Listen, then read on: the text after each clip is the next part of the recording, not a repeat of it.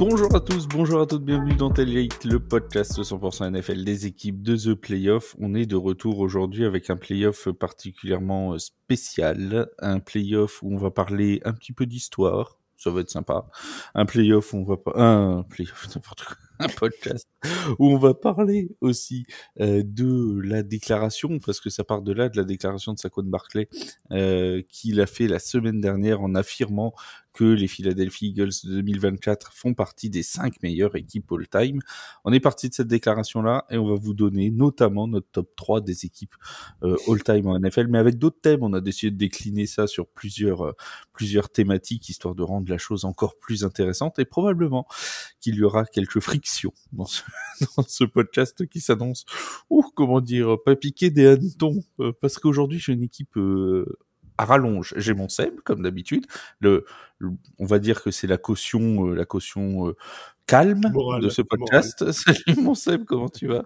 Bonsoir Flav, bonsoir à toutes, bonsoir à tous, bonsoir à tous. Oui, la caution morale, disons-le, n'ayons pas peur des mots. En effet, je pense que le sujet de ce soir s'annonce hautement inflammable, voire polémique. Va y avoir des pas contents, va y avoir des heureux. Il y en aura dans ce podcast et je suis certain qu'on va en avoir plein sur notre Discord à nous également, qui vont nous dire vous avez été géniaux ou vous avez dit que de la crotte. Mais c'est ça qui est amusant quand on se lance dans ce genre d'exercice. Qui sait les meilleurs all-time, c'est qu'on a tous des arguments, on a tous notre opinion et on va fourbir nos armes. Et en plus, vous aurez le droit, bien évidemment, aussi de donner vos réactions, que ce soit sur Facebook, sur Twitter. Bref, vous aurez le droit, évidemment, de rentrer dans la discussion de ces thèmes que l'on va aborder aujourd'hui, toujours avec cette vision top 3 all-time. Mon Yaya est avec moi. Salut Yaya, comment tu vas ? Bah écoute, ça va très bien. Moi, il y a le roi de la mauvaise foi qui est avec nous, donc je suis joie, je suis content. Donc voilà. Donc prêt à j'ai fait des abdos exprès parce que je sens que je vais beaucoup rire avec beaucoup de mauvaise foi, et on me connaît, je ne suis pas le dernier non plus. Comme c'est un top 3 all-time, évidemment, on a pris les 3 meilleurs de The Playoff, donc Vince n'est pas là, c'est Bertrand. Salut mon Bertrand, comment ça va ? Bonjour, disons que ça taille direct, pauvre Vincent, je vois que c'est le souffre-douleur, le ouin-ouin de TPO. Il s'est pas compté en même temps.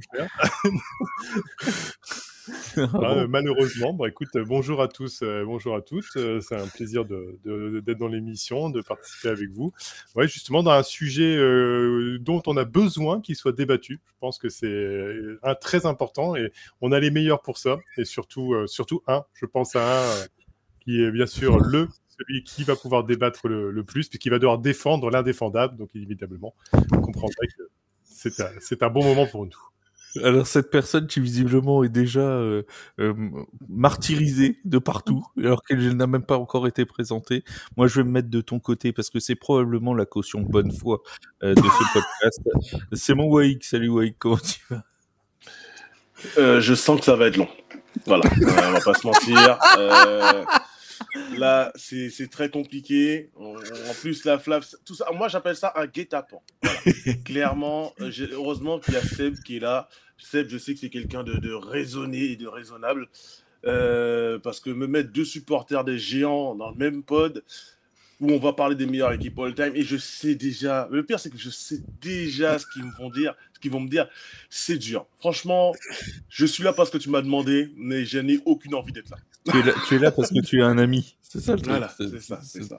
Tu es venu en ami, et on te remercie, bien évidemment. Et puis Flav te fait un prix d'ami d'ailleurs sur la pige. Vous êtes payé double, double ce soir, c'est ça qui est beau. Comme on est jour férié. Et oui, voilà. On a été payé grassement 2 fois 0, donc voilà, on demandera à Vince combien ça fait 2 fois 0, on pourra avoir des surprises. Avec un peu de chance, vous serez finalement payé si c'est Vince. Il va envoyer la note à la compta, on va avoir un chèque, dis donc ce mois-ci. c'est ça qui est bien. Alors, on commence donc évidemment notre top 3 all-time avec la déclaration de Saquon Barkley. Saquon Barkley qui a dit donc la semaine dernière, les Philadelphia Eagles de 2024 font partie du top 5 des meilleures équipes de tous les temps. Alors, il n'avait pas été jusqu'au top 3, il était jusqu'au top 5. Déjà, avant de me donner votre top 3, est-ce qu'il y a quelqu'un qui est d'accord avec lui là-dessus. Est-ce que les Eagles 2024 font partie du top 5 des équipes de tous les temps? Non. Ah, Seb, il est plus... Alors, sur cette question, moi, il y a quelque chose que je place toujours sur cette question, qu'il s'agit de est-ce que telle équipe ou est-ce que tel joueur.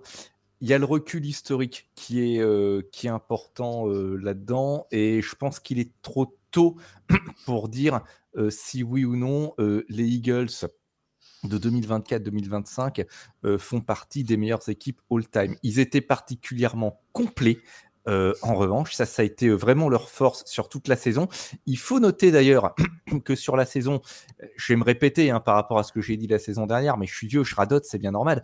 Ils sont passés quand même un petit peu sous les radars de tout le monde jusque dans le dernier tiers de la saison où ça commençait à s'agiter pour les playoffs et où on s'est dit, tiens, eux, il va peut-être falloir y faire attention parce qu'on avait tous le regard braqué ailleurs. On avait le regard sur les Lions, voilà, entre autres pour la NFC. Donc, je vais pas dire que Saquon se remonte un peu trop le bourrichon là-dessus. Je vais pas dire non plus qu'il a tort.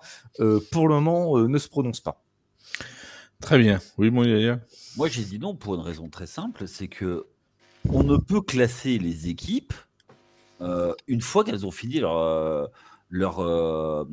legacy, quoi, leur moment. Comment tu peux classer une équipe si elle a fait un one shot? Imagine l'année prochaine ils font rien. Bah voilà. Oui, c'est vrai qu'avec un argument comme ça, les Rams d'il y a 3 saisons, ouais, pourquoi pas. Donc voilà, ouais, faut replacer le truc dans le contexte. Vas-y, Bertrand. Mais après, je pense que ce qui est important aussi, c'est de faire le postulat. Est-ce qu'on parle des équipes avec all-time, c'est-à-dire sur une saison, par rapport à leur bilan de leur saison régulière, leur résultat en play-off et le nombre de titres? Voilà, qu'est-ce qu'on dit? Quelle est la meilleure équipe et le top 3 des équipes all-time? Tu vois ce que je veux dire? Quels sont le range qu'on met dedans pour dire il y a ça qui rentre en ligne de compte et ça qui rentre en ligne de compte comme catégorie. Là, en tout cas, tiens, et tu fais bien d'en parler parce qu'on va préciser tout de suite le cadre de ce podcast parce que c'est toujours difficile, et ça, Seb, comme tu as la caution morale, tu en conviendras, c'est toujours difficile de caser, de comparer une équipe de 1970 à une de 1980, une de 2010 à une de 2020. Le jeu a tellement évolué que ça donnera toujours des classements différents, des choses. On va te dire, oui, mais est-ce que Dan Marino aurait été aussi bon en 2025 qu'il ne l'a été à l'époque? Bref, il y a toujours ce genre de choses. Le cadre est simple, c'est là, on va vous donner des équipes et leur saison pour laquelle on pense qu'ils ont été dans les meilleurs all-time. Parce que on va pas. Non, mais je préfère le préciser. Parce que sinon, on peut dire les Patriots sur 10 ans, tu vois. Bon, même s'ils feront pas partie du classement, mais voilà. J'aime bien l'énerver. Je l'énerve déjà, ça va être... Tiens, donne-nous ta réaction, mon Wake, sur Saquon, le top 5. Moi, je sais pas de quoi Yaya parlait, mais je pense qu'il n'a pas compris le débat. Oui, clairement, à mon avis, ils font partie ils peuvent faire partie des 5 meilleures équipes all-time, quand on voit à quel point c'était une équipe complète. Et une équipe qui a largement dominé son Super Bowl face à une équipe comme les Chiefs, dont on pensait qu'ils étaient une dynastie. Donc, non, ils font clairement, à mon avis, partie du top des équipes all-time. Top 5, peut-être. Ouais. Bon, on commence le top 3. Par qui on va commencer? Et qui va nous donner en premier son top 3? Ah, Yaya, il est volontaire. Vas-y, on t'écoute. Eh ben, pour moi, c'est les 49ers. Donc, les 3 et pourquoi? Ah, les 3? Alors moi, c'est les 49ers 3. 1989. Oui. Parce que c'est complètement subjectif, comme tout là-dessus. C'est parce que c'est une équipe qui m'a fait rêver, et les Niners fin des années 90 qui font un doublé en plus. Et puis il y avait 2 joueurs que j'ai tellement surkiffé, et il y a quelqu'un ici qui va être d'accord avec moi. Il a le maillot derrière. Il a le maillot derrière, c'est Jerry Rice, le meilleur receveur de tous les temps, sauf pour quelqu'un qui a découvert la NFL il y a peu. Pour les gens, quoi. Voilà. Pour les gens. Et Joe Cool Montana, voilà, donc c'était le point d'orgue avec 2 Super Bowls contre Cincinnati et surtout contre Denver. Donc voilà, pour moi, c'est vraiment l'équipe iconique des années 80, avec Joe Montana qui prenait le téléphone de l'équipe pour appeler sa femme pendant les matchs. Enfin, c'était vraiment un rouleau compresseur, et puis c'était sympa à voir. Mon équipe, donc ça, c'est ton 1. Ouais. C'est ton 1. Mon équipe numéro 2, c'est les Dolphins de 72, parce que c'est la seule équipe invaincue. Et oui, il y a une équipe qui a voulu, mais ils sont tombés sur le pire quarterback de toute l'histoire, celui qui devrait être honni par quelqu'un ici. Parce que c'est parti. mais il était tellement nul qu'il a battu celle qui devait faire la 17-0. Mais oui, Tu vois, moi, il y a un truc qui me rassure avec Kaya, c'est qu'à une époque, il fallait mettre une pièce pour que ça démarre. Mais apparemment, il a trouvé le starter et maintenant, ça démarre tout seul. C'est beau. Non, mais J'ai même pas besoin de dire un truc. Tu vois, Non, mais c'est un truc de malade. Hein. Il faut le faire interner au bout d'un moment. Oui. Non, mais parce que vous dites que des inepties. Voilà. Pour l'instant, il n'y a que toi qui as parlé. C'est clair. C'est Mais non, mais malade, lui. pour l'ensemble de son œuvre, j'ai fait des lives avec lui. Oui, bon, j'ai fait des lives sur Instagram avec ce monsieur. Enfin bon, bref. Et pour moi, la dernière équipe, c'est l'équipe des années 70, c'est les Steelers. Les Steelers qui font un back-to-back et qui restent encore et toujours. Ils sont rentrés comme ça. C'est l'équipe iconique des années 70 partout aux États-Unis. Il y a même des shows qui sont faits autour de ça. Donc 75-76. Pour moi, c'est ces trois équipes. Choisir, c'est renoncer. Et j'ai préféré mettre en avant ces équipes pour la simple et bonne raison, c'est que pour que nos auditeurs qui ont peut-être découvert la NFL il y a moins longtemps que nous aillent se renseigner sur ces équipes et aillent les découvrir. Donc Pittsburgh fin 70, 49ers fin 80 en grosso modo, et les Dolphins 1972, c'est bien ça? Exactement. Et les survivants se retrouvent tous les ans quand il n'y a plus d'un vaincu pour sabler le champagne. Voilà. Autant dire qu'ils ont dû attendre, dû attendre très longtemps en 2007. En saison 2007, ils ont attendu le Super Bowl, les mecs. Bon, c'est comme ça. Eh oui. Bertrand, est-ce que tu es d'accord avec le choix de Yaya et quels sont sinon tes choix, toi? Alors, globalement, sur les Miami Dolphins, oui, ça reste une des franchises, on va dire, avec Dan Marino, etc. à l'époque, assez mythique. Le fait d'avoir justement rendu une copie pas parfaite. Marino à l'époque. 72, c'était pas Marino. C'était pas Marino, désolé. Ouais, non, c'est parce que je prenais le nom en exemple qui a joué là-bas, mais excusez-moi, oui, je me fourvoie. Mais enfin, ceux qui rendent la copie parfaite, justement, par rapport à, on va dire, à une saison quasi magnifique. Et c'est vrai que pour moi, ils rentrent dedans. Alors après, on peut répéter ce qu'on a dit, l'époque n'est pas la même, le nombre de matchs, conditions de jeu, enfin voilà, il y a beaucoup de choses qui rentrent en ligne de compte, hein, et ça, j'en suis bien d'accord. Mais malgré tout, il se reste l'équipe qui l'a fait. Je mettrai moi là aussi les Commanders de 91. Enfin, Redskins à l'époque, maintenant Commanders, on peut vite faire l'erreur. Washington. Voilà, Washington, qui justement a été une équipe aussi qui a fait une superbe saison, qui a été jusqu'au bout, avec de mémoire Doug Williams, si vous m'arrêtez si je me trompe, hein, le quarterback noir, premier quarterback noir. Non, c'était plutôt lui. Rippin, en 1900. Ouais, Mark Rippin, ouais, c'est ça. Mark Rippin. Doug Williams, c'est dans les années 80, c'est auparavant. Ouais. D'accord. Bon, et en fait, je voulais vérifier parce que j'avais un doute et j'ai pas eu toujours trop le temps de tout revoir. Les moins de 20 ans, ils sont paumés dans ce podcast. Ils disent, mais de qui parle De qui parlent ces gens? Mais Doug Williams, il a remporté le Super Bowl. Il a remporté un Super Bowl, en effet. Alors qu'il était c'est pour ça que... Ouais. Contre les Raiders. Mais c'est pas... Il était titulaire. Non. Alors, oui, il était d'accord avec Oli, c'est rare, mais du starter, et c'est lui qui termine la saison, qui remporte un Super Bowl et qui devient un héros national, parce qu'il est l'un des rares QB afro-américains à l'époque. C'est vraiment une rareté tout à fait à l'époque. Et en plus, il remporte le championnat, donc c'est devenu un vrai héros, une vraie figure culturelle même à l'époque de Williams. C'est clair. C'est ça, effectivement. Donc sur les Redskins, en tout cas cette équipe-là. Et puis après, bah voilà, parce que il y a des choses évidemment où on se contredit avec Wai, mais il y a des choses aussi où moi je sais reconnaître la valeur d'une équipe.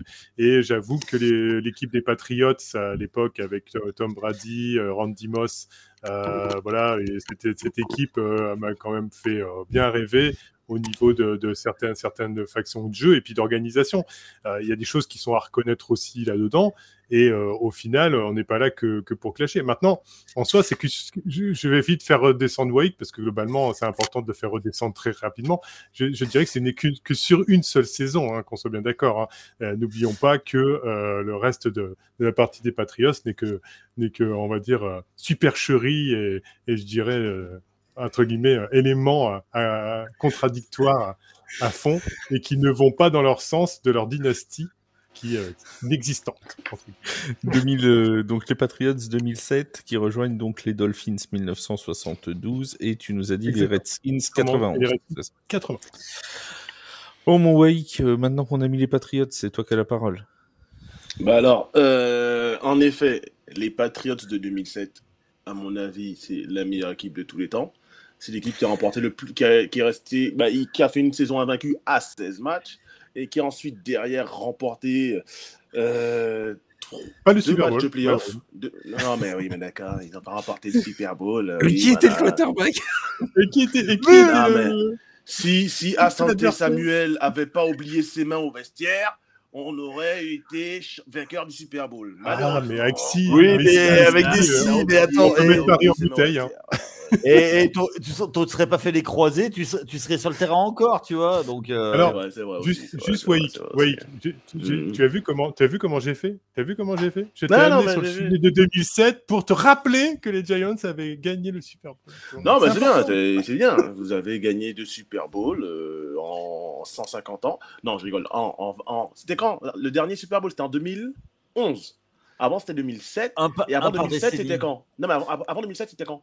91. Non, mais d'accord. Non, mais en fait, vous remportez un Super Bowl tous les 30 ans. C'est bien. Bravo les Giants. Bravo.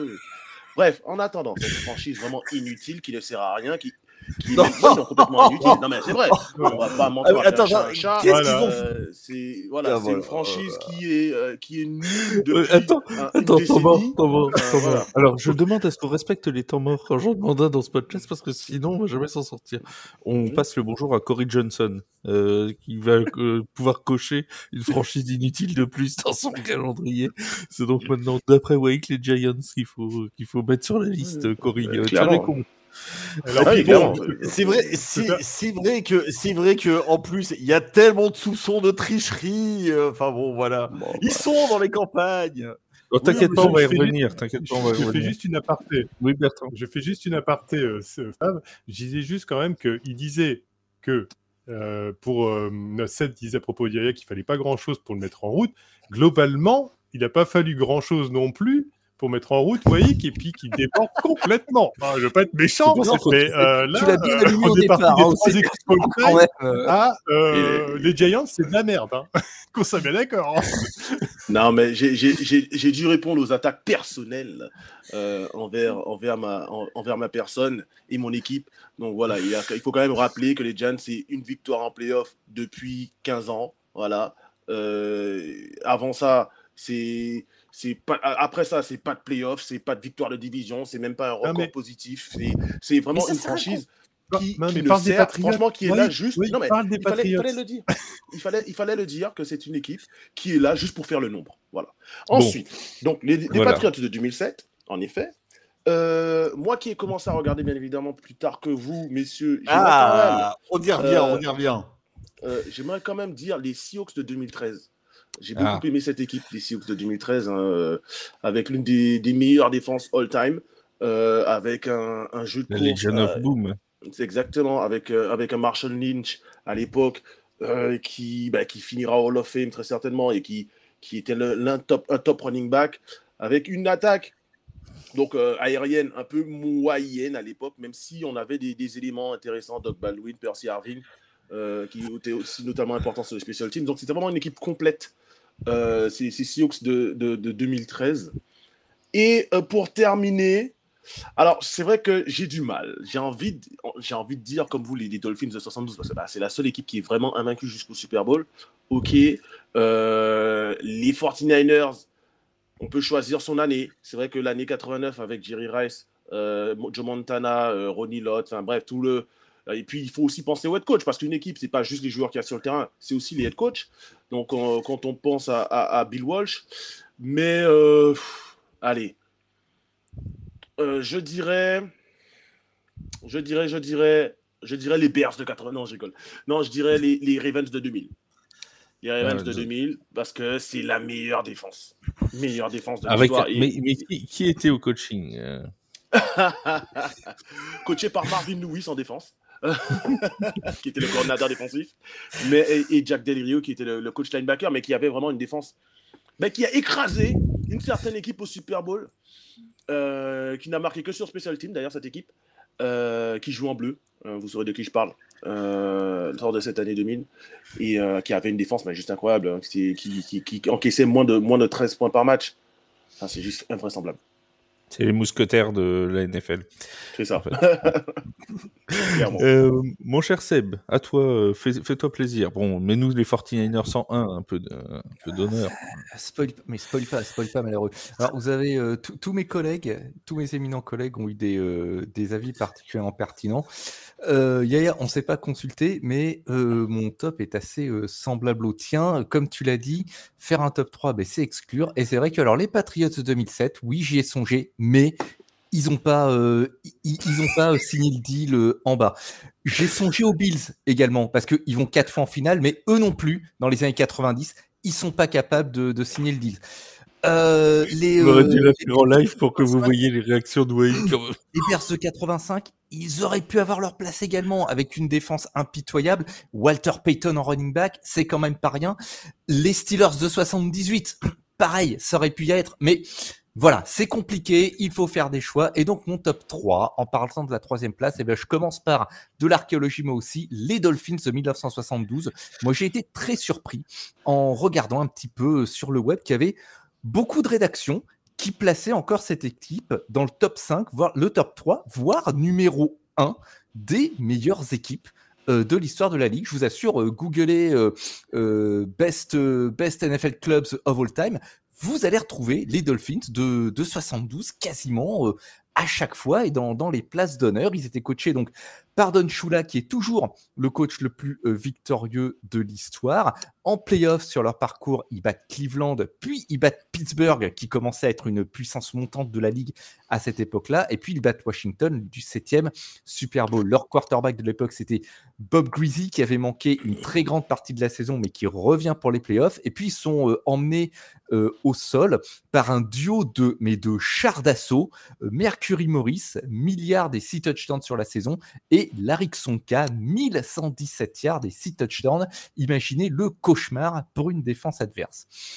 En numéro 2, je suis allé voir du côté de mes meilleurs ennemis et j'ai choisi les Cowboys de Dallas de 1992. Pourquoi ? Parce que c'est le début de la dynastie des Cowboys dans les années 90.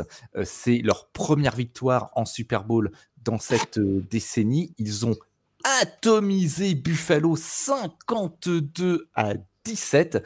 À l'époque, ils sont la 2e scoring attack, la 5e scoring defense. Je crois également qu'ils sont la défense qui alloue le moins de first down de la ligue. Ils ont Troy Aikman comme quarterback qui lance plus de 3 milliards, 23 touchdowns. Et à l'arrière, en running back, ils ont Emmitt Smith, 1713 yards, 18 touchdowns cette année-là, 2171 total yards pour lui. La défense n'était pas en reste avec des superstars comme Charles Haley, Ken Norton Jr. et le safety Darrell Woodson. Et enfin, mes numéros 1, mes GOAT, mes meilleurs, et vous me pardonnerez. On sait pas qui ça va être. C'est les 49ers de 1989 qui sont coachés par George Seifert, mais George Seifert qui coach l'équipe de Bill Walsh, il faut quand même le dire à cette époque. Ils finissent 14 victoires, 2 défaites et ils sont à ce moment-là au sommet de leur art. Les Niners, c'est l'équipe des années 80 et c'est le couronnement de cette décennie. Pour eux, ce sera aussi une fin de cycle. Ils ont la première attaque en scoring, la 3e défense également en scoring. Montana marche sur l'eau, il lance 3521 yards, 26 touchdowns, 8 interceptions, il finit avec 112 de rating. Et Jerry Rice, qui sera MVP de ce Super Bowl, finit la saison avec 82 réceptions, 1483 yards et 17 touchdowns. Il est le meilleur marqueur de la ligue. À l'arrière, il y avait Roger Craig avec 1053 yards au sol et il a ajouté 473 yards en réception. C'était le Christian McCaffrey de l'époque. Un petit mot sur Jerry Rice, parce que là, on parle d'histoire, on parlait de nos plus jeunes auditeurs qui ne se rendent pas un petit peu compte. Jerry Rice, c'est le meilleur receveur de l'histoire. Et pour vous donner une idée, il a terminé sa carrière à 22 895 yards. Le deuxième sur la liste, c'est Larry Fitzgerald, receveur superstar des Cardinals. Il a joué 17 ans. Et bien, les amis, il est plus de 5000 yards derrière. Pour vous donner l'écart. Et là, actuellement, je me suis amusé à faire un petit calcul. Il s'amuse, hein, Seb. Je m'amuse. Quelqu'un comme Justin Jefferson, qui est, on va dire, ce qui se fait de mieux comme receveur dans la ligue actuellement, ça c'est Jamar Chase et AJ Brown. Voilà. Mais j'ai pris Jefferson de façon totalement arbitraire. Justin Jefferson, si vous voulez le rattraper, c'est 15 saisons et demie de suite à plus de milliards juste pour l'égaler. Donc, pour vous dire l'influence et la marque que ce joueur a eu sur le football. Le débat du GOAT, moi, il se joue entre lui et Tom Brady. Soyons très clairs, si on doit vraiment parler du joueur dominateur de foot. Et peut-être Lawrence Taylor pour la défense. On va commencer à en parler. On va commencer à parler après des quarterbacks juste après. Mais moi, je me suis amusé à demander, c'est parce que c'est très à la mode actuellement, à demander à l'intelligence artificielle son classement des 3 meilleures équipes all-time. Alors, le classement est ChatGPT, pour pas les citer. 1972, les Miami Dolphins 101. En 2, les Bears de 1985. Et en 3, les Patriots de 2007. Voilà, pour le classement qui est donné, avec autre équipe qui mérite une mention, les Steelers de 1978, les San Francisco 49ers de 1989 et les Seahawks de 2013. Voilà, pour l'intelligence artificielle. Quels sont les 3 meilleurs disons que équipes? Oui, mon Bertrand. Disons que chez moi, les 49ers frappaient à la porte par rapport aux Patriots. Les Patriots ont failli sortir du top 3, hein, je tiens à le dire dans mon classement. Globalement, c'était important de le dire. Joe Montana, franchement, c'est une classe au-dessus de Brady. Et d'ailleurs, on va en parler. Justement, nous y arrivons au deuxième. Non, mais attends, laisse-moi finir. Parce qu'il est bon de savoir qu'une équipe all-time est due à un joueur all-time et un quarterback all-time. Et à ce petit jeu-là, c'est certain qu'il y a eu des quarterbacks all-time, dont un qui va sortir inévitablement du top 3. Vous suivrez mon retour. Non, on te voit pas, mais chose. Mais ensuite, deuxième. Flav, je veux bien être gentil. Je veux bien, on dit les Patriots de 2007, c'est pas la meilleure équipe all-time, même si factuellement, on peut difficilement faire mieux. Là. Si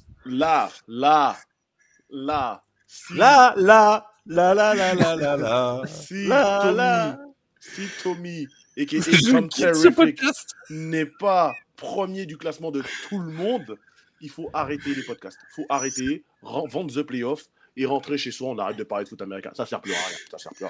Voilà. Je préfère prévenir. Voilà. Et ben justement, on va voir si The Playoff ferme d'ici à peu près 30 minutes maintenant. On ferme ses portes dans 30 minutes. Puisque nous arrivons à notre deuxième thème, qui est le classement du top 3 all-time des quarterbacks. Alors on va faire celui-là, et puis après il y a Bertrand qui nous a préparé un petit thème aussi à lui. Donc voilà, moi je sais. Mais les autres, alors pour le thème que Bertrand va donner, tous les autres membres de ce podcast ne sont pas au courant, donc n'ont pas préparé le top 3, ce qui va rendre les choses encore plus marrantes, si j'ose dire. Ça va rappeler un peu l'épisode Tu préfères de notre cher Yaya, qui reviendra. Hein, le Tu préfères version 2025 sera là cet été, ne vous inquiétez pas. Et d'ailleurs, Cory sera présent. Ah, bah voilà, Cory est invité. Oui, il a intérêt à être là et à pas se défiler. C'est annoncé.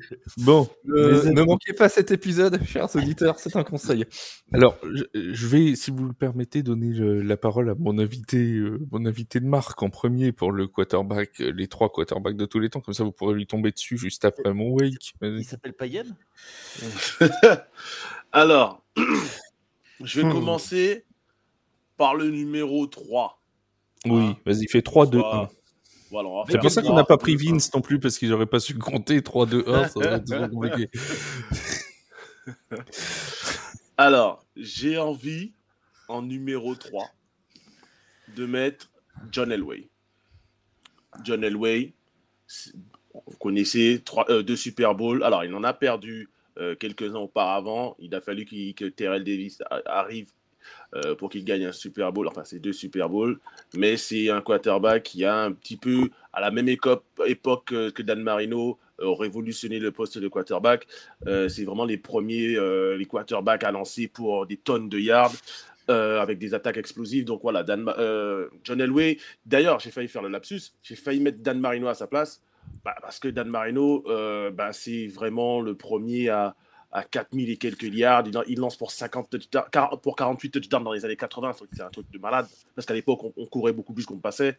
Donc, ces stats à la passe, il faut vraiment les remettre dans le contexte de l'époque. Elles sont invraisemblables. C'est-à-dire que le même Dan Marino 30, 40 ans plus tard, c'est pas 48 touchdowns qu'il fait, vu le nombre de passes par match qu'on lance. C'est 60, 70 limite, quoi. C'est un truc de malade, donc on se rend pas compte. Mais pour les Super Bowls, je mets John Elway devant. Deuxième, c'est Joe Montana. Joe Montana est forcément le deuxième meilleur quarterback all-time. Il a été le premier pendant longtemps. C'est 4 Super Bowl, 0 interception Super Bowl pour 11 touchdowns. C'est 3 fois MVP du Super Bowl, si je me trompe pas. Enfin, aucune défaite au Super Bowl. Hein. Ouais, exactement, oui. C'est 4 Super Bowls pour 0 défaite. C'est 2 fois vraiment... MVP, d'après ce que j'ai, moi. Mais 2 fois MVP. Oui, ça, il va corriger. C'est 2 fois MVP, mais en tout cas, c'est... Donc le Michael... Oui. Donc le Michael Jordan de la NFL. Bien sûr. Et donc... Aucune défaite au Super Bowl. Et donc, du coup... Joe Montana, c'était vraiment la référence. Non, mais il y en a d'autres qui ont perdu, là. C'est dans la référence du poste. Ça a été la référence du poste pendant longtemps. Ça a été même le quarterback préféré de mon quarterback préféré quand il était petit. C'est lui qui lui a donné envie de jouer au foot américain et au poste de quarterback aussi. Et puis, bien évidemment, et puis après, il faut aussi annoncer, il faut aussi dire que pendant une bonne partie de sa carrière, Joe Montana a pu et eu la chance de lancer à Jerry Rice, qu'il a aussi joué à une époque où il n'y avait pas de free agency. Donc tout ça aussi, ça ajoute au niveau de difficulté de tout le schmilblick, si vous voulez. Et puis, bien évidemment, vous connaissez la réponse, le meilleur quarterback all-time. Et pour le coup, il y a une vraie marge entre lui et le deuxième. Jimmy Garoppolo. Thomas Edward Patrick Brady Jr. C'est lui le meilleur quarterback all-time. Tom Brady, pour ceux qui penseraient, c'est lui le Michael Jordan de la NFL. C'est 7 Super Bowls. C'est plus de Super Bowls que toute franchise NFL confondue. Plus de Super Bowls. Non. Il a apparu à 10 Super Bowls en 25 ans de carrière. C'est-à-dire que tous les 2 ans, le mec était au Super Bowl. Sachant que je rappelle qu'il y a des équipes qui n'ont même jamais mis les pieds au Super Bowl. Même les pieds, c'est-à-dire l'orteil. Demande aux Browns, demande aux non pas les Jets, ils ont gagné une fois le Super Bowl. Mais demande aux Browns, demande aux Lions, demande aux Jaguars, demande, toi, toutes ces équipes-là, nul. Bref, un autre débat pour un autre jour. Tom Brady, c'est... Je ne sais plus combien, c'est plus de 500 touchdowns à la passe. C'est des centaines de milliers de yards. Alors, 650, un peu plus de 650 touchdowns à la passe. Tu fais bien de le répéter, mais de toute façon, je sais que tu avais bossé. Et plus de 89 milliards à la passe aussi. Vous voyez, c'est en fait, sachant que le meilleur receveur qu'il a eu de sa carrière, c'est Randy Moss. Il a eu pendant 2 saisons. C'est pas Peyton Manning qui a eu Marvin Harrison pendant je ne sais combien d'années. C'est pas Joe Montana qui a eu Jerry Rice pendant je ne sais combien d'années. Il a eu Randy Moss pendant 2 ans. Sinon, son meilleur receveur était un tight end, Rob Gronkowski. Sinon, c'est du Wes Welker, c'est du Julian Edelman, c'est du Dion Branch, du Troy Brown. C'est voilà les receveurs à qui je dis pas qu'ils sont nuls. Je dis pas Hernandez, c'est vrai, pendant 2 ou 3 ans. Je dis pas qu'ils sont nuls, mais ce ne sont en aucun cas des receveurs all-time. Il a eu le meilleur coach de l'histoire, c'est vrai. Mais c'est tout. Thomas Edward Patrick Brady Jr. est le meilleur joueur de foot américain, toute compétition confondue. Et j'irai même plus loin. C'est le meilleur athlète de tous les temps. Alors là, on est allé. Alors, Vas-y, là, vas-y, déjà, on va se calmer. Ta démonstration était bien, mais tu finis mal. Tu vois? Ah ouais, Alors non, là, il est très, tu vois, très mal. c'est comme tu vas dans un restaurant 3 étoiles et t'as une crème brûlée surgelée, quoi. Excuse-moi. Hein. Alors, tu sais quoi? Vaut mieux que je nuance mes propos. Alors, je vais laisser Seb parler d'avant parce que c'est Monsieur Nuance, c'est Monsieur Moral et c'est Monsieur qui va pouvoir calmer le Alors, game. Parce que là, ça veut dire, si je me ça veut lâche, dire qu'on va finir sur le top 3 quarterback avec les 2 Giants à la suite. Non, Ça va mais être c'est beau. le mec qui Voilà. fume, quoi. Très, Le très mec, bien. Bon, vas-y, mon Très, Seb. très bien. Vas-y, mon Seb. Rapport Bon, de la mesure. Écoutez, puisqu'on me donne la parole et que je suis chargé de jouer le casque bleu dans ce gigantesque charnier qui est en train de devenir ce podcast et cette enceinte à règlement de compte. Bon, alors effectivement, là aussi, ça a été compliqué de choisir. John Elway, purée, j'ai dû le mettre de côté. Dieu sait que ça m'a fait mal parce que j'adore John Elway.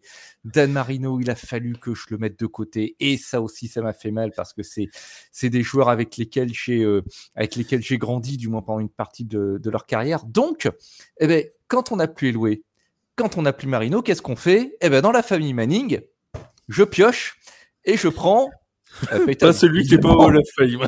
Voilà, je prends celui qui est Hall of Fame. On va être sérieux 2 secondes. Pas celui qui a battu 2 fois au Super Bowl.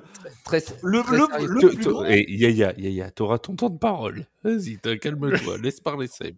Voilà. Plus sérieusement, là aussi, Peyton Manning, un joueur qui m'a réellement fait rêver dans mes années de football les plus intenses. 2 Super Bowl, 14 Pro Bowl, 7 fois All Pro, 5 fois MVP, 17 ans de NFL. 13 ans à Indianapolis, puis 4 ans à Denver, l'un des rares QB à avoir remporté 2 Super Bowls avec 2 franchises différentes. Qu'est-ce que vous voulez ajouter de ça? Je sais, lorsque les duels arrivent, qu'ils étaient quand même rares, les duels New England-Indianapolis, quand on avait Peyton Manning face à Tom Brady, on savait que c'était l'affiche de la saison, quel que soit le moment de l'année. C'était les 2 meilleurs de leur époque qui s'affrontaient. Un joueur, moi, qui m'a apporté beaucoup de sensations, beaucoup de plaisir quand je le regardais jouer. À noter, il détient toujours le nombre de passes tentées par un rookie, 575, et du coup également le nombre d'interceptions. Hein, ils aiment bien ça chez les Manning. Hein. Ils aiment bien ça, les intercepteurs chez Manning. 28 les gars lors de son année rookie, et je crois pour 26 touchdowns lancés, on pouvait dire que ça commençait mal. Et je ne crois pas que tu le dises, mais il a été lui aussi 5 fois MVP, ce qui est un record. Hein. Il a été 5... Oui, exactement. J'ai oublié de le mentionner. Tu as raison de le rajouter, Flav. 5 fois MVP. Lui aussi, c'est un record. C'est un sacré palmarès. Le deuxième, bon, on va dire que je prêche pour ma paroisse, mais je n'ai pas le choix. C'est ça d'aimer les grands clubs. C'est Joe Montana. 4 victoires au Super Bowl, 2 fois MVP, 8 Pro Bowl, 3 fois All Pro.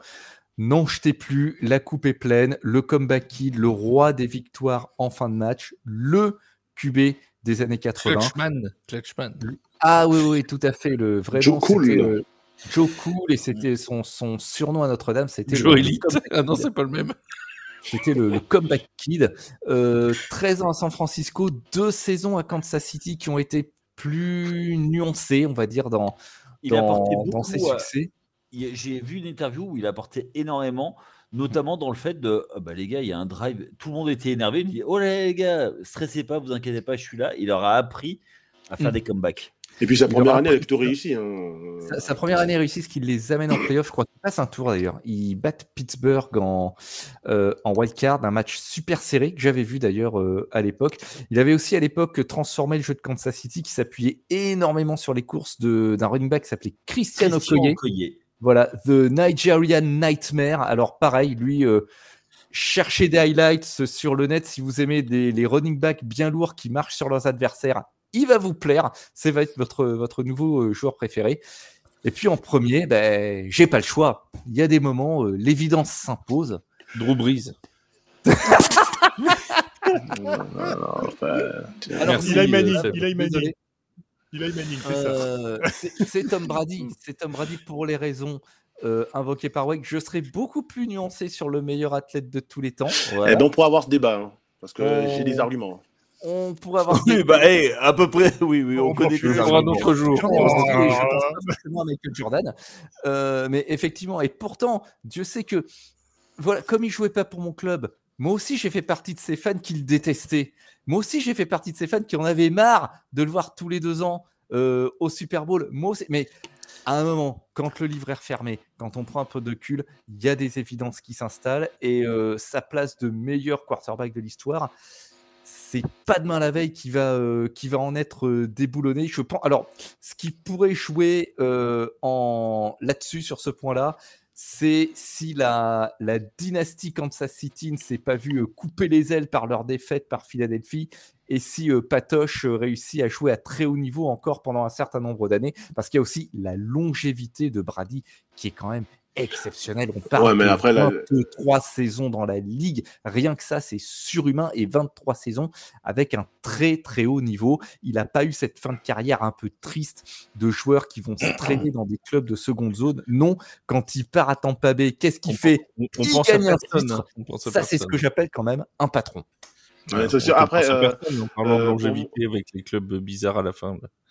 Non, mais Seb, quand tu dis Patrick Mahomes, éventuellement, s'il a la longévité, même avec la longévité, le problème de Patrick Mahomes, c'est qu'il a perdu en finale AFC contre Tom Brady, et ensuite il perd au Super Bowl contre Tom Brady, et en plus, Tom ne s'est jamais fait découper dans un Super Bowl. Donc là, ça commence à être difficile pour lui, l'argument. Faudrait qu'il en gagne 15, tu vois, des Super Bowls pour vraiment c'est de toute façon, il s'est fait découper. Trop tôt pour le dire, ou même pour se projeter. Non, là, pour qu'il gagne... La place de numéro 1 de Brady, elle est incontestable et incontestée, à mon avis. Oui, après, je pense que Mahomes, là, il n'est pas dans le classement parce que, encore une fois, vous l'avez rappelé, souvent, il faut refermer le livre pour avoir le recul nécessaire sur la carrière. Mais clairement, une fois le livre refermé, Patrick Mahomes sera dans la discussion pour être dans le top 3 ou des quarterbacks all-time. Ça, c'est absolument évident. Après, premier, deuxième, troisième, chacun fera son choix. Mais en tout cas, dans le top 3, il est évident qu'il sera dans la discussion. Bon, c'est pour ça que je ne l'ai pas inclus. Et je me suis posé la question aussi, au même titre que Elway, est-ce que je le mets ou est-ce que je l'écarte? Il y avait cette question de recul historique qui n'est pas encore présente. Donc, que les fans de Kansas City, surtout, ne me tombent pas dessus. Hein, c'est pas un croche-patte. C'est pas le genre. C'est pas du tout. En ce qui me concerne, c'est pas le genre de la maison. Yaya, si, mais c'est pas le mien. Donc, voilà, vous fâchez pas. C'est juste une question de recul historique. Voilà. Mon Yaya, tiens, justement, ton classement. Attends, est-ce que Flav, faut juste prévenir les auditeurs que là, on va avoir 5 à 10 minutes de grand n'importe quoi. Alors, voilà, garez-vous. Attends, faut qu'on prévienne. Garez-vous si vous êtes en voiture. 5-10 minutes. Tu parles de Yaya parce que ne fais pas une généralité de tout le monde. Hein, les fans des Giants, vous êtes tous les mêmes pour moi maintenant. Charles. D'ailleurs, je passe le bonjour à Alexis. Alors, moi, mon numéro 3, il a été cité par Wake, c'est Dan Marino. Pourquoi? Pour une raison très simple, c'est que c'est un des premiers quarterbacks que j'ai vu qui m'a halluciné. J'étais tout gamin, donc j'ai adoré. Et en plus, il apparaît dans Ace Ventura, donc ce qui ne cache ça, rien. c'est ton fait de gloire pour lui, d'accord, ok. Oui, voilà, tout à fait. Mais non, mais fait de gloire. Les classements, on vous a dit, j'ai pas mis de règles pour faire les classements. Ça peut être la carrière cinématographique. Il faudra la prochaine fois. Il faudra. Oui.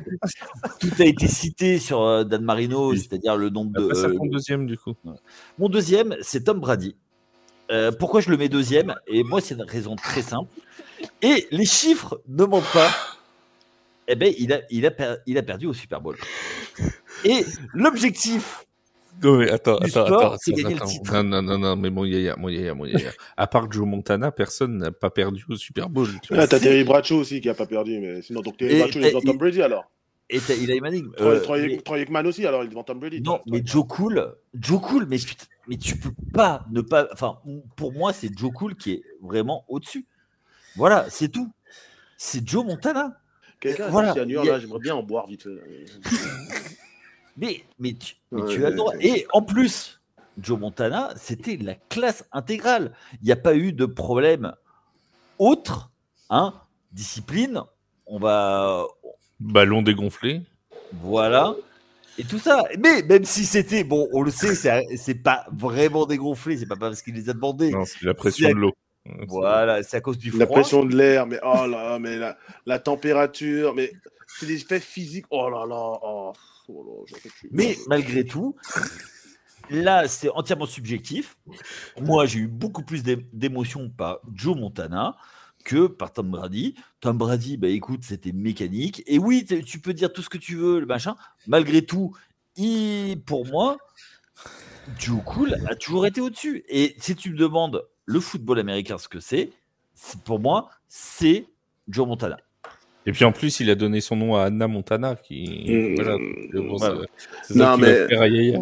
non, mais les gars, bon, Yaya, je te pose pas la question parce que évidemment, t'es un individu à part. Mais les gars, quand il dit Joe Montana m'a donné plus d'émotion, est-ce qu'il a regardé le Super Bowl face aux Falcons ou pas? Je me pose la question. Parce qu'en termes d'émotion, je pense qu'on peut pas faire mieux. D'ailleurs, en parlant Falcons, de ça, fin de la blague. T'as vu le magnifique post du community manager des Falcons qui a mis en photo le numéro 3 et le numéro 28 l'un à côté de l'autre hier en photo et tout avant de delete le tweet. Alors, c'est légendaire. Dans ce cas-là, Wake, je vais te parler d'émotion. Philly Special. Voilà aussi tant que tu y es. Mais voilà. Donc, Joe Montana, pour moi, ça reste malgré tout. Et déjà, il nous a pas mis Eli Manning en. Faut pas déconner. Mais de toute façon, et en plus, bon, j'ai eu peur. Les invaincus au Super Bowl, les doubles MVP. Bon, bah voilà, le double MVP du Super Bowl, c'est tout. Mais bon, donc pour moi, Joe Montana reste au-dessus. Juste une question avant de donner le classement de Bertrand. Pour toi, Eli Manning est top combien des quarterbacks de tous les temps? Oh là, 50 10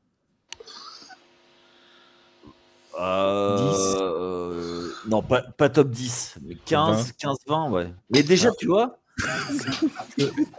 Si vous voulez les gars, si vous voulez un indice, et je suis désolé de le dire, les gars, là, je suis sur le top 25 de il est pas dedans. NFL.com, d'accord? Donc, NFL.com, bah, il n'y est pas. Ouais, mais il y a étonnant.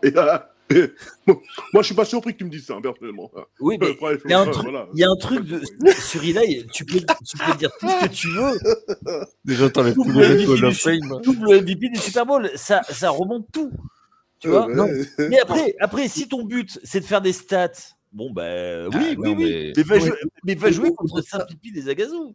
Au-delà de ça, c'est la difficulté aussi, on en vient au recul historique, c'est la difficulté d'établir parce que dans le top 25, il n'y a pas Eli Manning, mais il y a Johnny Unitas, il y a Sammy Bow, il y a t'as quelques joueurs qui jouaient dans les années 40 ou 50, tu vois.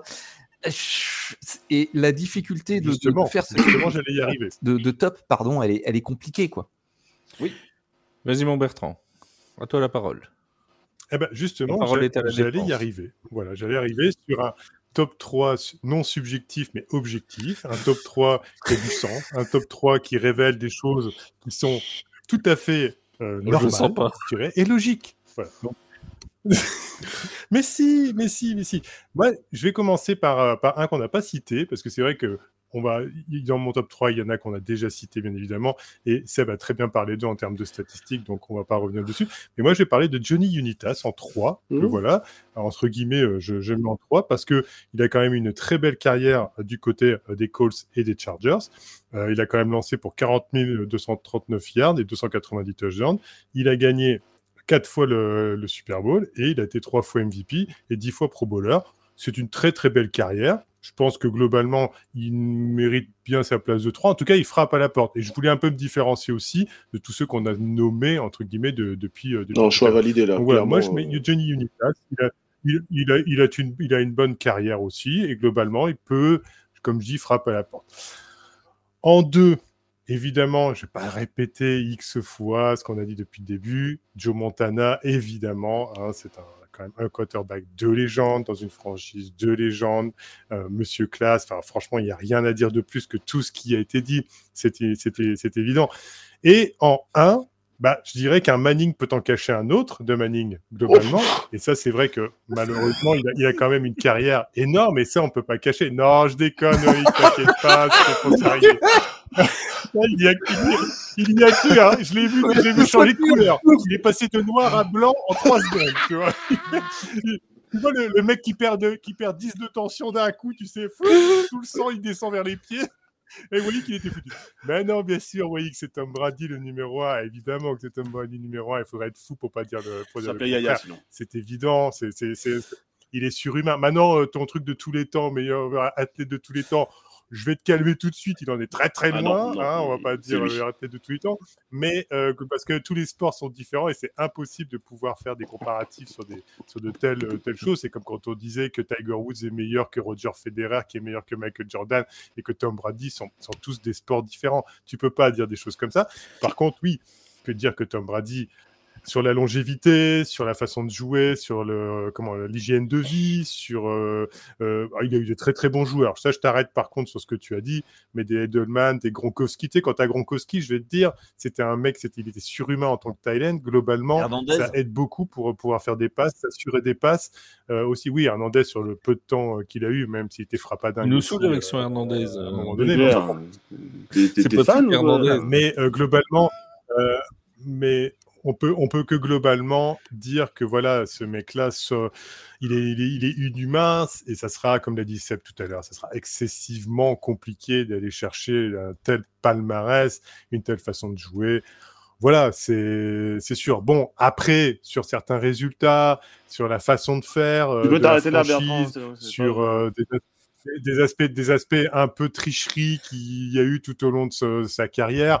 Bon, ça, c'est à discuter parce qu'il y a sûrement quelques victoires qui sont un peu douteuses, dirons-nous, si je ne vais pas plus loin, des vidéotapes qu'on va scruter des autres équipes, des ballons dégonflés, et puis une certaine omerta. On est à peu près dans un système mafieux, j'ai envie de dire, d'une équipe. Bon, à part ça, je dirais que le pauvre Tom Brady a subi tout ce qui s'est passé, et je dirais qu'il a fermé les yeux, il a suivi comme un mouton, on va dire, toute cette réussite en disant, de toute façon, je gagne, donc je ne dis rien, de toute manière, je gagne, même si je gagne en trichant, je gagne, donc continuons comme ça, ce n'est pas grave. Puis, voilà. Mais on va le laisser en 1 malgré tout. Et puis, il y a une chose, il y a une chose, tu vois, il y a un Tom Brady hawaïen. Est-ce qu'il y a un Joe Montana hawaïen? Non. Tom Brady hawaïen, si t'as pas suivi, parce que c'est une blague qui date d'il y a maintenant 3 ans. C'est Marius Mariota, notre ami, voilà, parce qu'il est d'Hawaï et voilà, c'est notre Tom Brady hawaïen. Exactement. Ok, je vois pas trop le rapport, mais il y en a aucun, cherche pas. Il faut que je rappelle. T'as plus les mots, hein. Non, mais c'est chaud en fait, tu vois, à ce niveau-là. Les vidéotapes de 2008, encore une fois, toutes les équipes faisaient pareil. C'est juste que les Patriots sont prolongés pendant quelques mois. C'est tout. Enfin, c'est pas comme si. Enfin, c'est littéralement ça, l'histoire. Vous pouvez encore checker si vous voulez. C'est littéralement ça. Tout le monde faisait pareil. Les Patriots sont prolongés. Les ballons dégonflés, encore une fois. Littéralement, c'est scientifiquement prouvé. Quand il fait plus froid, les ballons perdent en pression. Quand tu es à la limite, tu te retrouves en dessous de la limite. Je suis très intéressé par cette histoire de prolongation de vidéo. C'est-à-dire que les autres équipes, il y avait un moment où il fallait arrêter. Et donc, quand il fallait arrêter, ils ont arrêté. Et en fait, les Patriots ont continué alors qu'il ne fallait pas continuer. C'est ça. C'est ça, pendant quelques mois, oui. C'est ça, littéralement. Alors attends, Seb, regarde, je vais faire mon Wayne. Écoute-moi bien, Seb. Je vais faire mon Wayne parce que tu vois, Wayne qui te dirait à propos des Giants, s'ils avaient fait la même chose, il te dirait, mais les Giants, dans leur documentaire Dynasty qui passe sur une plateforme bien connue, eh ben ils avouent implicitement ce qu'ils ont fait. Et vous pouvez voir dans le documentaire Dynasty, je l'ai dit, il y a des non-prises de parole, il y a des silences qui veulent tout dire, qui veulent dire oui, on a triché, mais on s'est pas fait prendre. Voilà, et c'est pour ça qu'on a gagné. Et ben ça, vous pouvez le retrouver dans le documentaire. Et ça, vous voyez, qui te le dirait de cette manière-là, ça serait Giants, tu vois. Non, mais alors, pour le coup, après, moi, je vais pas rentrer dans ce débat-là. Il suffit de. Les gens, vous savez que on a une banque de données illimitée qui s'appelle Internet. Vous avez qu'à vous documenter. Parce que Bertrand, visiblement, il ne l'a pas fait. Il a regardé un documentaire et s'est dit, oh, il a pas parlé pendant 3 secondes. Ah, du coup, il a triché. super. Mais Bertrand, il a encore un Minitel. Hein, Moi, sur Internet, j'ai trouvé des études vachement intéressantes sur la forme de la Terre. Ouais, non mais alors là, parce que c'est pas dénué de bon sens, hein. mais bon, voilà. Non, je vous invite clairement à regarder surtout manger déjà. L'histoire comment ça s'appelle, du Spygate. Allez regarder, franchement, l'histoire du Spygate. C'est très documenté, très bien documenté. On sait exactement ce qui s'est passé. Mis à part ça, les ballons dégonflés, on sait aussi exactement ce qui s'est passé. Mais dire que les Patriots, leur dynastie est fondée sur de la triche, au bout d'un moment, il faut arrêter les bêtises. Faut savoir raison garder. Tu vois. Je veux bien que Yaya parte dans ses envolées lyriques. Et tu vois, il fait du Yaya, parce que Yaya, bon voilà, il est un peu foufou, moi beaucoup. Mais sinon, mis à part ça, toute personne normalement constituée est capable de chercher des informations viables sur Internet et de se renseigner sur la chose. Voilà. Je vais mettre fin au débat parce qu'après, il faut encore que Bertrand nous fasse son top 3 surprise et ça fait déjà presque 1 heure de podcast, donc on va quand même y aller. ChatGPT, le classement du top 3 quarterback, numéro 3, Peyton Manning, numéro 2, Joe Montana, numéro 1, Tom Brady. Oh, c'est le classement de Seb, je crois. C'est exactement le classement de Seb. Voilà. Mais j'ai un problème avec Peyton, quand même. Mention honorable. Personnes qui auraient pu être citées ou qui sont pas loin. Johnny Unitas, Dan Marino, Drew Brees, Aaron Rodgers et Patrick Mahomes. Unitas qui reste une référence. Alors, Unitas qui, dans sa carrière, a lancé... je crois qu'il a 47 matchs de suite où il a lancé au moins un touchdown. Et ce record a été brisé par qui, mon Flav? Hein? Voilà. Qui l'a brisé? Par quelqu'un qui va rentrer au Hall of Fame cette année, lui. Voilà, exactement. C'est sa première année d'éligibilité, lui.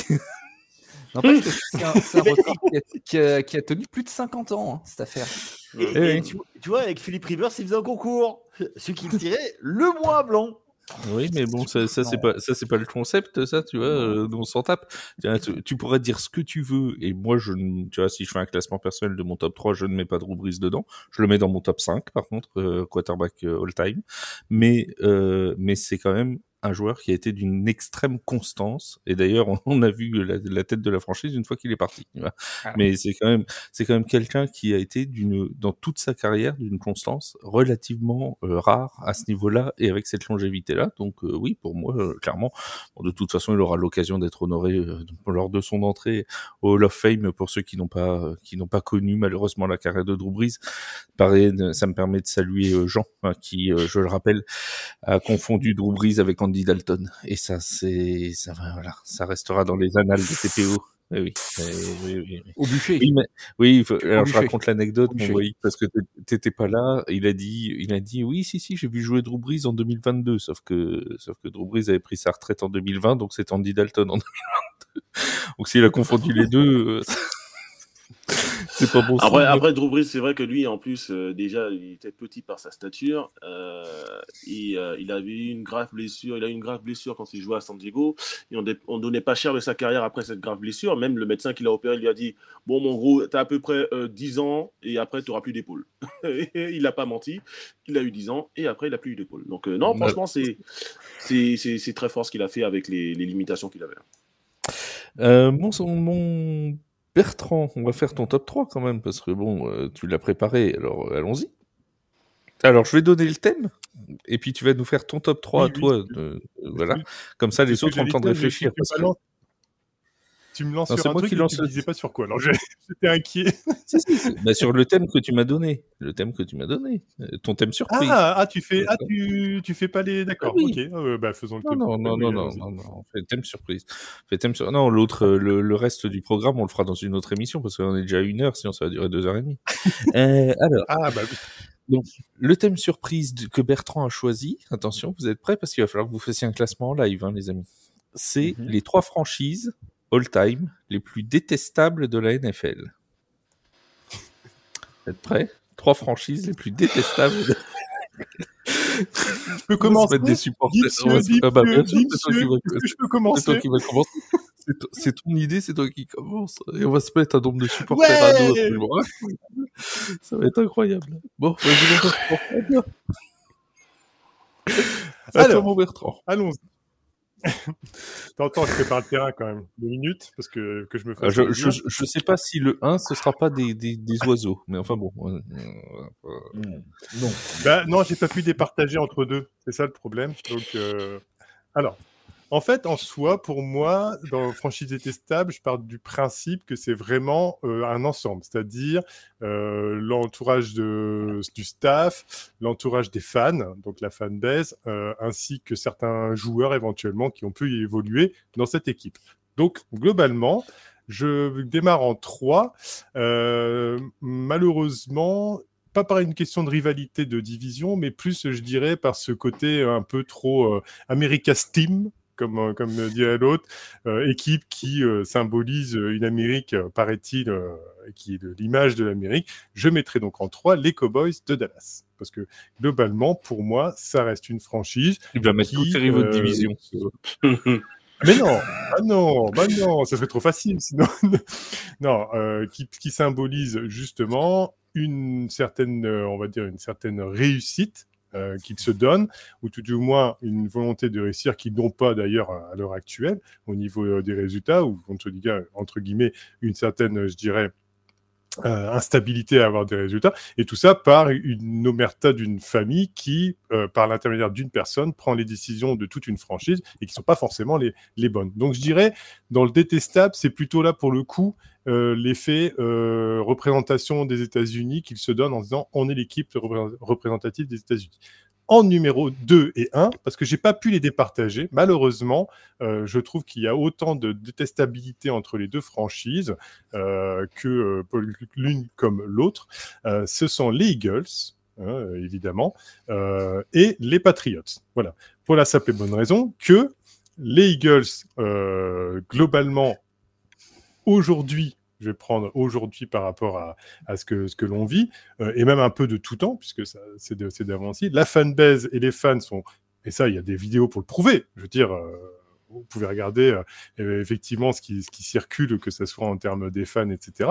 C'est assez compliqué de ne pas avoir des incivilités de la part de certains supporters des Eagles.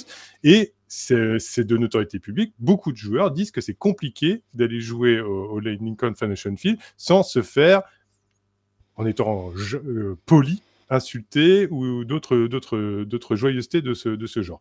Ça, c'est pour cette partie-là. Et puis, comme je n'ai pas pu les départager, en 1, je mettrai à égalité les Patriots, mais pour là, le côté, on va dire, totalement... comment dire ? T'en avais marre de les voir gagner. Ouais, ils nous usent globalement à gagner, mais gagner toujours la France n'aime pas d'une certaine manière. Ah non, mais non, mais à gagner d'une certaine manière. À gagner, comme je dis tout à l'heure, je ne vais pas revenir dessus, d'une certaine manière, qui malgré tout, je ne retire pas la qualité de certains joueurs dans cette franchise, mais c'est la façon de gagner d'une certaine manière qui n'est pas très très correcte, si on utilise des mots nuancés, en tout cas. Enfin voilà, voilà mon top 3. Bertrand, tu parlais de la fanbase des Eagles. Est-ce que vous vous rappelez de cet épisode en 1968 ? Si je vous parle des Eagles en 1968, est-ce que ça vous évoque quelque chose ? Il y a un moment délicieux. Alors voilà, ça fait partie des anecdotes que j'avais eues quand j'avais commencé à m'intéresser à la NFL. 1968, les fans des Eagles dans leur stade ont hué le Père Noël. C'est la seule franchise qui a hué le Père Noël. Ils huent tellement tout le monde qui n'est pas de Philadelphie que même le Père Noël s'est fait huer. C'est le seul stade où il s'est fait huer un jour de Noël. Voilà. Mais pourquoi c'est pas je dirais également qu'ils ont du mal à, comment on va dire, entre guillemets, à reconnaître le talent des anciennes gloires et des anciens joueurs qui ont été vraiment des légendes, parce que ça, Seb, peut-être il l'a vu aussi, je pense, ça concerne un de ces joueurs qu'il a sûrement tant aimé quand il était aux 49ers, mais Jerry Rice, c'est pareil, à un moment donné, on le voit dans le stade, il se fait huer, conspuer, même pas pire au final, et avec toute sa classe, il sort de sa petite poche les bagues qu'il met au fur et à mesure sur ses doigts, et après, il tend sa main avec tous les petits doigts plein de bagues, et puis à un moment donné, il lève le majeur avec une bague en plus, pour le coup. Et donc, globalement, voilà, moi, je trouve que ça symbolise justement l'état d'esprit d'une franchise où on n'est même pas capable d'être sport, d'être réfléchi et de dire, bah voilà, c'est une légende, pas besoin de le huer comme si c'était un moins que rien ou la peste au final. Donc, c'est pour ça que je le mets dedans. Maintenant, globalement, je tiens à dire à tous nos auditeurs qui sont fans des Cowboys, des Eagles et des Patriots, globalement, ce n'est qu'un sujet pour marrant. Oui, c'est pas pour dire aujourd'hui votre franchise. Voilà, c'est tout. Et qu'il faut bien, de toute façon, toutes les franchises ne sont pas neutres et toutes les franchises ne sont pas aimées de la même manière. Si vous demandez à un fan des Falcons, il va vous dire que la plus détestable, c'est les Saints. Et si vous demandez à un fan des Saints, il va vous dire que c'est les Falcons. Tout le monde aura son truc à dire.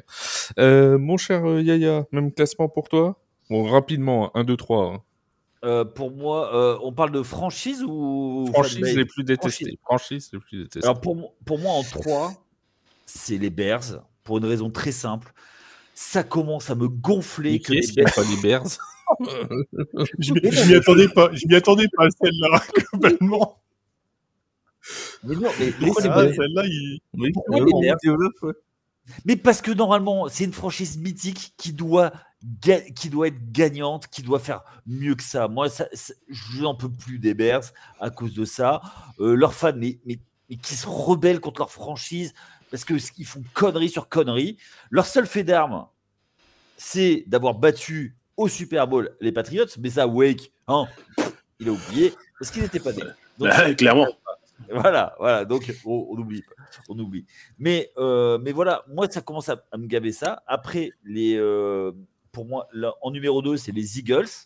Tu as très bien parlé, Bertrand. Les Eagles, c'est vraiment très particulier. Leur public est vraiment très particulier. Leur fanbase est vraiment détestable. Après, je trouve qu'ils travaillent bien, mais leur coach, Nick Sirianni, il est très particulier. Il a été prolongé d'ailleurs. Oui, qui a été prolongé. Très, très bon article. Écrit par je sais pas qui. Et la première, la pire de toutes, c'est les Dallas Cowboys, où c'est compliqué, quoi. Voilà, c'est compliqué. Mon Seb, est-ce que toi t'aimes tout le monde? Ça va être difficile pour toi, ce thème. Je veux dire les Rams. Je ne suis qu'amour. Non, pas du tout. Alors, en 3, je dirais les Eagles pour les raisons qui ont été avancées. C'est pas pour le club en lui-même, c'est vraiment la fanbase qui est toxique. Vous saviez qu'à une époque, dans le stade des Eagles, il y avait une prison. Ils ont vraiment des anecdotes. C'est pour ça alors. Voilà. Il y avait une prison. Il y avait une prison. Alors une autre anecdote. Ils ont applaudi la blessure au cou de Michael Irvin qui a mis fin à sa carrière. Ouais, aussi. Ça, je l'avais oublié. Voilà. En deuxième, je mettrais les Cowboys parce que quand tu t'auto-proclames America's Team, forcément, tout le monde va pas être d'accord aux États-Unis et qui font depuis toujours, c'est pas récent, ils font partie de ces équipes très polarisantes au sein du public. Et en premier, messieurs, je vous donne les Chiefs de Kansas City. Tu vas pas te faire des copains, toi. Parce qu'ils gagnent. Parce qu'il y a Taylor Swift. Alors, attendez, on m'a pas demandé. Non, c'est pas toi. Top 3 des équipes que toi t'aimes pas. Que je détestais. On m'a demandé le top 3 des équipes les plus détestées. Et je suis désolé, mais allez sur les réseaux, c'est quand même une équipe qui se fait cracher dessus avec une violence assez incroyable par tous les gens qui habitent en dehors de la Kansas City area. Donc, actuellement, l'équipe la plus détestée de la ligue, ce sont les Chiefs. Bon, mon Wake, on finit par toi. Ouais, et franchement, il faut que je commence par la mention spéciale. Mention spéciale, c'est vrai, comme l'a dit Seb, aux Chiefs, qui sont vraiment détestables. Alors ça, c'est pas pareil, parce que Seb, il dit... C'est pas ce que j'ai dit. Et Wake dit qu'ils sont détestables. Détestables, tout à fait. Moi, je dis qu'ils sont détestables. Voilà. Ils ont joué comme supporters, déjà. Non, mais voilà, c'est... Et Raph, on salue. Moi, c'est toutes ces polémiques de cette équipe qui est quand même pas mal aidée, dont la ligne offensive a le droit de tenir, de faire des câlins aux joueurs défensifs sans que ça soit jamais sifflé. Enfin, tout ça, voilà. J'ai pris un malin plaisir à les voir perdre au Super Bowl, je te jure, vraiment. Je ne suis venu je ne suis venu là que pour les voir perdre. Et pour manger des hot dogs. Et tu n'as pas eu de hot dog. C'était une honte. Franchement, on va pas revenir sur cet épisode, s'il te plaît. Donc, aux mentions spéciales aux Eagles, aux Chiefs. Alors, la troisième équipe la plus détestable, à mon avis, c'est les Cowboys de Dallas. C'est toujours America's Team, nul, non avenant, équipe, pareil, inutile depuis 1995. Je crois que c'est la dernière fois. 95 ou 96, je sais plus la dernière fois qu'ils ont gagné le Super Bowl, mais c'était il y a bien trop longtemps. Voilà, c'est une équipe qui depuis 96 a gagné 3 matchs de playoff.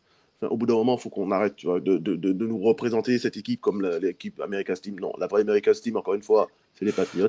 Mais bon, ça, c'est encore un autre débat pour un autre jour. Donc, en effet, c'est Cowboys détestable. Puis, deuxièmement, en deuxième, je mettrais les Eagles pour ce que vous avez dit. C'est vrai que quand on regarde les vidéos des Eagles, des fans des Eagles, c'est juste incroyable. Hein. On peut difficilement faire pire que les fans des Eagles. Concrètement, je ne parle pas des fans des Eagles en France, hein, bien sûr, ça je ne les connais pas, mais je parle des fans des Eagles aux Grégory Hacher, si tu nous écoutes. Mais ouais, c'est vrai. Et non, mais les fans des Eagles sont vraiment spéciaux, hein, et pas dans le bon sens. Et puis, la dernière franchise la plus détestable, à mon avis, il faut que j'aille quand même sur un rival de division. Je le vois venir grand comme une maison.